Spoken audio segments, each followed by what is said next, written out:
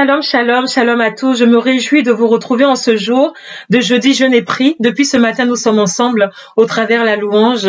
En ce jour, nous continuons notre journée de jeûne et de prière par le partage de la parole. La Bible dit que l'homme ne se nourrira pas seulement de pain, mais de toute parole, la parole véritable, la parole incarnée qui sort de la bouche de Dieu. Alors, je veux vous partager l'évangile de Saint Luc en son chapitre 9, les versets 22 à 25.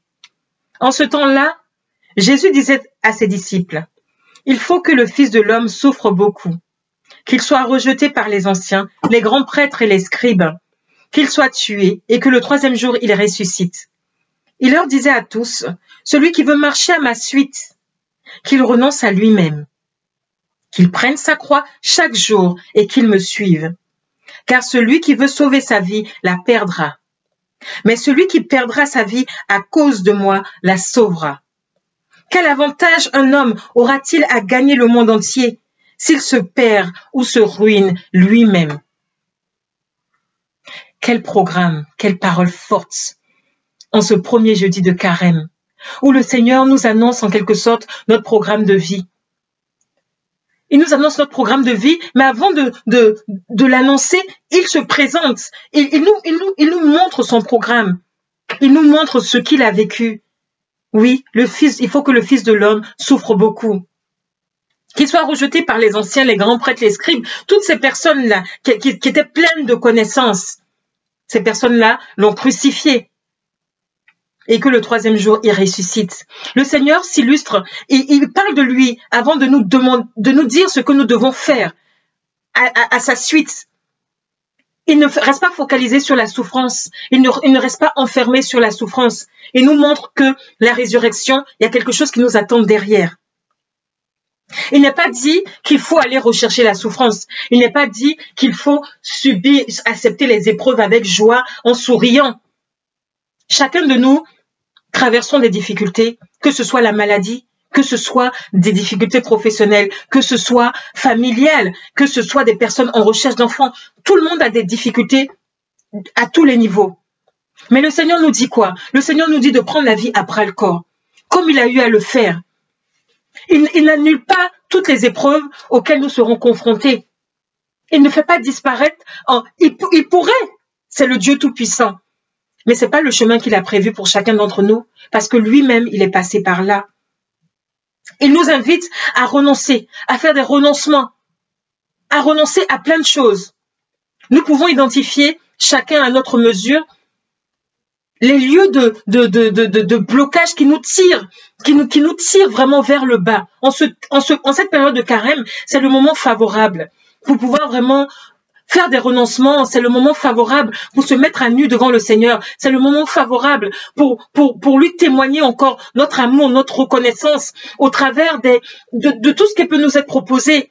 Il y a pour des personnes, pour se rapprocher du Seigneur, ils vont jeûner, ils vont plus prier. Peu importe, ce n'est pas dans l'exploit, mais c'est dans le renoncement à quelque chose. Quand on sait qu'on a un péché, on a une attitude ou autre qui ne confesse pas du nom de Dieu, c'est de pouvoir vraiment lutter à 100 contre ce péché avec la force de l'esprit et pour pouvoir parvenir à la couronne de gloire. On dira, sur cette terre, il y en a qui ont de la chance, qui vivent 90 ans, c'est ce qu'on dirait, de la chance de vivre 90 ans, 100 ans.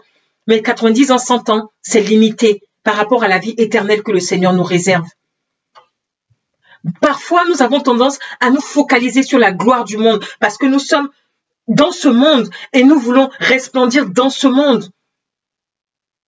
Mais ce n'est pas l'invitation du Seigneur à demeurer dans ce monde. Le Seigneur nous veut auprès de lui quand on aura fini notre cheminement ici-bas. À quoi nous sert de gagner le monde si on doit perdre notre vie? Perdre notre vie, c'est la vie éternelle. Nous ne savons pas ce qui se passe derrière, mais nous savons la gloire qui s'y cache parce que nous avons vu, lorsque Jésus, dans la transfiguration, il parlait à Élie et à Moïse, on a vu que son visage s'est transfiguré, on a vu la lumière qui jaillissait. Donc, on n'imagine même pas les noces éternelles. Et le Seigneur nous veut de gagner les noces éternelles. Et cela passe aussi par le pèlerinage que nous faisons ici-bas, par tout ce que nous vivons, comment nous vivons, quel regard nous portons sur les épreuves que nous traversons, quel regard portons-nous sur notre souffrance.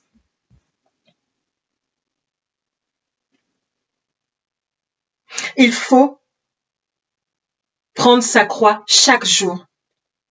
Chaque jour prendre sa croix et chaque jour suivre le Christ. Et en ce jour, à ton niveau également, tu peux regarder dans ta vie les renoncements que tu veux faire pour le Seigneur, pour te rapprocher un peu plus de lui, pour lui témoigner vraiment ton amour pour lui, pour ces péchés que tu veux crucifier à la croix, pour gagner le ciel. Pour gagner le ciel. Nous allons nous retrouver encore ce soir à 21h pour un temps d'intercession, 21h heure de Paris, pour prier ensemble, pour vraiment être ensemble, pour prier, pour intercéder pour nos frères, pour être les Simon de Cyrène pour nos frères. Et pour jeudi jeûne et prière, nous allons nous retrouver encore la semaine prochaine pour un temps de gloire, de profondeur, de louange, de prière, vraiment dans la présence du Seigneur. Soyons ensemble, soyons soudés, soyons dans la prière, restons en communion de foi et de prière. Faisons ce carême ensemble, marchons ensemble, soutenons-nous dans l'épreuve.